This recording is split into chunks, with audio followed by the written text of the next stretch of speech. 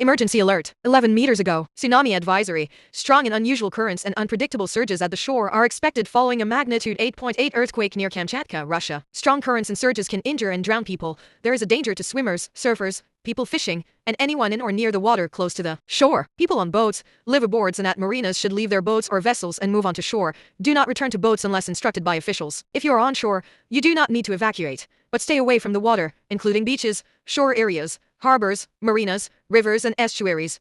Do not go sightseeing. This advisory is for all coastal areas of the North Island, Great Barrier Island, the South Island, Stewart Island, and the Chatham Islands. For more information, go to www.civildefense.gov.nc. Issued by the National Emergency Management Agency at 4:12 p.m. July 30, 2025.